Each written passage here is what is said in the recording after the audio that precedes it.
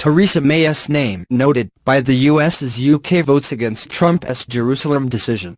Prior to the vote that saw 128 countries, including Britain, oppose the Republican firebrand, Nikki Haley warned nations that the US would be taking names of those who stood in its way. She tweeted, "At the UN we're always asked to do more and give more.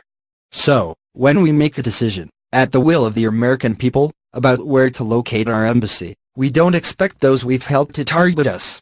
On Thursday there'll be a vote criticizing our choice. The US will be taking names." After 35 countries abstained from the vote, 9 voting against and 21 failing to turn up, Ms. Haley sent out a message of appreciation to the nations that refused to condemn the United States.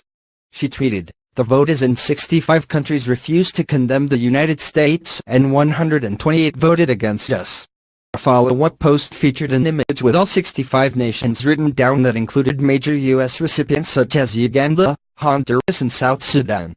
But the UK was notably absent from the list following Theresa May's decision to vote against the Trump administration. Prior to the vote, the US had been vocal about pulling funding from the UN if its recent decision in the Middle East was not supported.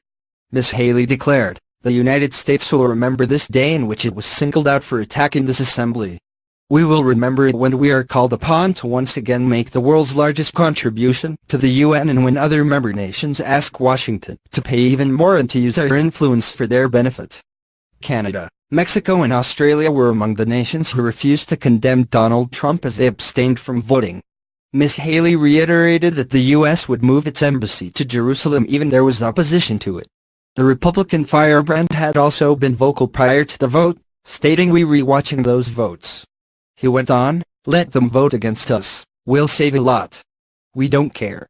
Theresa May's defiance of the U.S. president meant she was not a recipient of an invite to join Ms. Haley at a reception in January.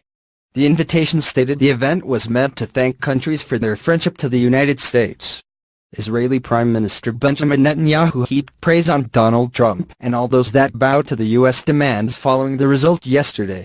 He stated, "Israel rejects the decision of the United Nations and, at the same time, we show gratitude to the high number of countries that abstained from this resolution. Israel thanks President Trump on his unequivocal position in favor of Jerusalem and thanks other countries that voted together with Israel, together with the truth." A spokesman for the U.S. mission described the move by Theresa May and others that voted against its decision as conducting an unproductive attempt to isolate us. They claimed, while the resolution passed, the vote breakdown tells a different story. It's clear that many countries prioritized their relationship with the United States over an unproductive attempt to isolate us for a decision that was ours.